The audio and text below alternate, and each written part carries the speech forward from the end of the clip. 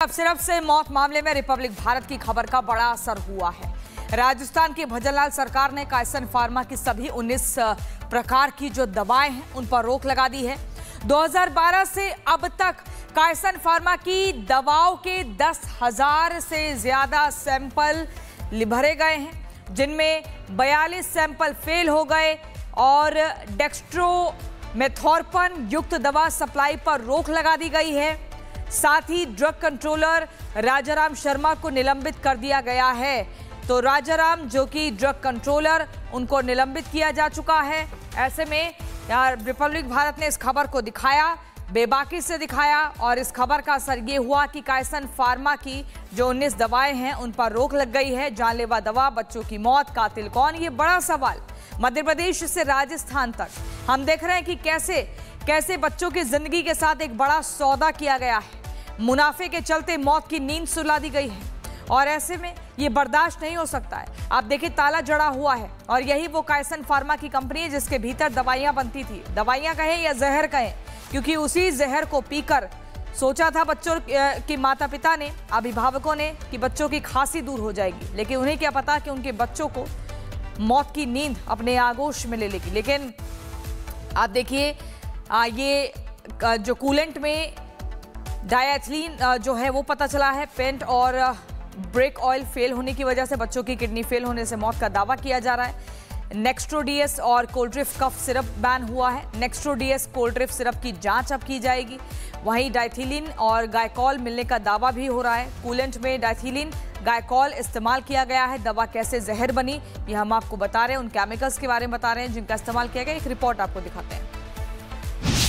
आप लोगों को बताना है।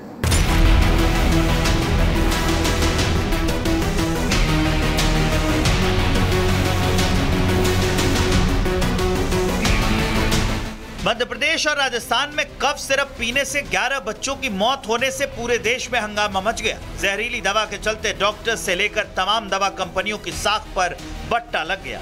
एक तरफ जहां अपने बच्चों को खोने वाले मां बाप इंसाफ की मांग कर रहे हैं, तो वहीं इस मामले में केंद्र सरकार से लेकर राज्य सरकार ने भी कफ सिरप बनाने वाली कंपनी के खिलाफ सख्त रुख अपना लिया है। केंद्र सरकार ने तो बाकायदा मध्य प्रदेश और राजस्थान के स्वास्थ्य महकमे के लिए एडवाइजरी जारी कर दी है। छोटे बच्चों को कफ सिरप नहीं दी जानी चाहिए। 5 साल से ऊपर के बच्चों को दी जाने वाली दवाओं को लेकर भी विशेष सावधानी बरतें। सभी अस्पताल और क्लिनिक केवल गुणवत्ता वाली दवाएं ही दें। लेकिन हैरानी ये भी है कि जिस कफ सिरप को पीने से 11 बच्चों की मौत पर पूरे देश में हंगामा मचा, जिन कंपनियों के बनाए कफ सिरप को लेकर बवाल मचा है, केंद्रीय स्वास्थ्य मंत्रालय ने उन दवाओं की जांच रिपोर्ट पर हवाला देकर लगे हाथ क्लीन चिट भी दे दिया है। मध्य प्रदेश और राजस्थान की टीम ने जांच के लिए कफ सिरप का सैंपल लिया था, लेकिन कफ सिरप में खतरनाक केमिकल डायथिलीन ग्लाइकॉल या एथिलीन ग्लाइकॉल नहीं पाए गए। आपको बता दें कि शुक्रवार को राजस्थान सरकार ने झुंझुनू, भरतपुर और जयपुर से सैंपल उठाए थे और उसी की रिपोर्ट को आधार बनाकर कफ सिरप बनाने वाली कंपनियों को क्लीन चिट दे दी गई। लेकिन इस मामले में लोगों का कंफ्यूजन तब बढ़ गया जब क्लीन चिट पाने वाली कंपनी के खिलाफ शुक्रवार देर रात एक्शन हो गया और राजस्थान सरकार ने अचानक कायसन कंपनी की 19 दवाओं पर पूरी तरह से रोक लगाने का ऐलान कर दिया। कहा गया है कि दवाओं के मानक निर्धारण की प्रक्रिया को प्रभावित किया गया है, इसलिए अगले आदेश तक कायसन कंपनी की 19 दवाओं पर तत्काल रोक लगी रहेगी। और तो और राजस्थान सरकार ने जांच रिपोर्ट को प्रभावित करने के आरोप में राज्य के औषधि नियंत्रक राजाराम शर्मा को देर रात निलंबित भी कर दिया है, जिसके बाद ये सवाल खड़ा हो गया है कि आखिर चल क्या रहा है। बहरहाल इस मामले में खबर ये भी आ रही है कि खांसी की सिरप की गुणवत्ता को लेकर और कफ सिरप पीने के चलते बच्चों की मौत के आरोपों से सीएम भजनलाल शर्मा टेंशन में हैं। उन्होंने दोबारा पूरे मामले की गहनता से जांच करने के आदेश दिए हैं, जिसकी रिपोर्ट आने के बाद ही ये फैसला होगा कि कफ सिरप बनाने वाली कंपनी को क्लीन चिट दी जाए या नहीं। Bureau report, Republic Bharat.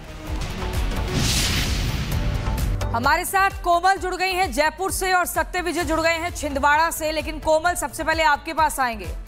आपको, हमें दर्शकों को लगातार हम ये बता रहे हैं कि कैसे रिपब्लिक भारत की खबर का असर हुआ है और भजनलाल सरकार ने जो ये कंपनी है कायसन फार्मा, इसके खिलाफ एक कड़ा कदम उठाया है। क्या कुछ जानकारी मिल रही है? बताया जा रहा है कि कायसन फार्मा जो दवाएं बनाती है उनमें से 19 दवाओं पर तो रोक लगा दी है सरकार ने।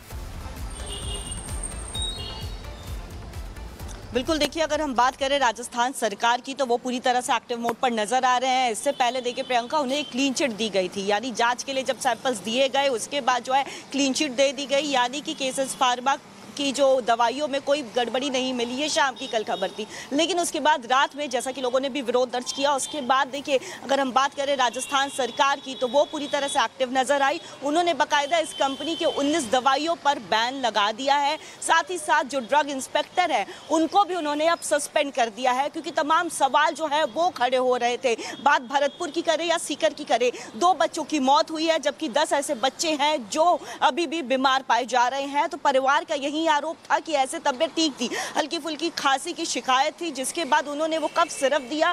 कफ सिरप पीने के बाद जो है बेचैनी महसूस हुई। जब बच्चे को अस्पताल लेकर के गए तो बच्चा को मृत घोषित कर दिया। तो ऐसे में परिवार जो है वो लगातार ये आरोप लगा रहा था।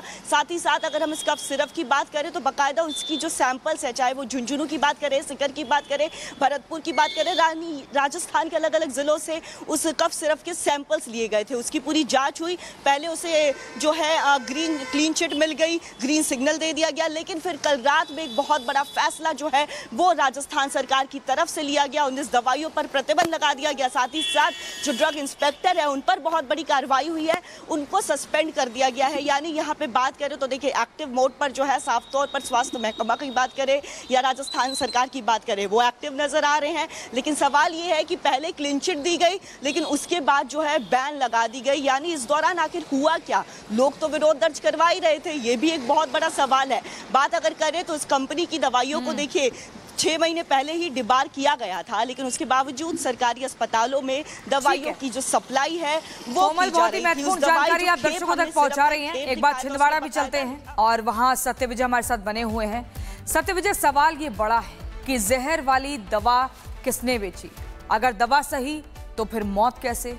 ये वो सवाल है जिनके जवाब लगातार तलाशे जा रहे हैं।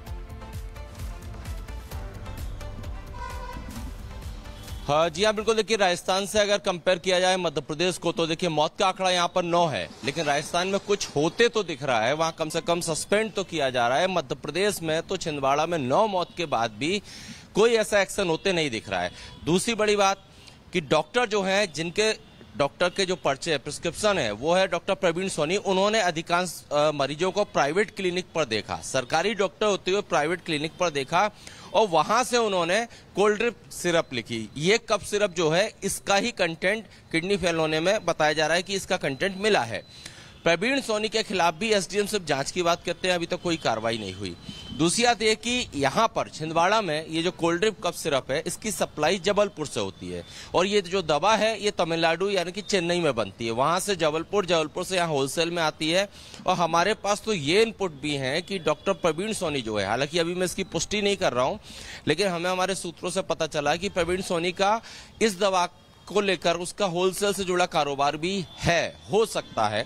इन पहलुओं पर अभी हम पड़ताल भी कर रहे हैं, लेकिन बड़ी बात यह है कि यहाँ पर डिस्ट्रीब्यूट होती है। डॉक्टर से हमने बात करी, उनका कहना है कि दवा में क्या कंटेंट है, इसका निर्णय या इसका फैसला या इसका मॉनिटरिंग का काम जो है फूड डिपार्टमेंट और फार्मा कंपनी का है। वो सिर्फ दवा लिखते हैं और सालों से इस तरह की दवाएं लिखते आ रहे हैं।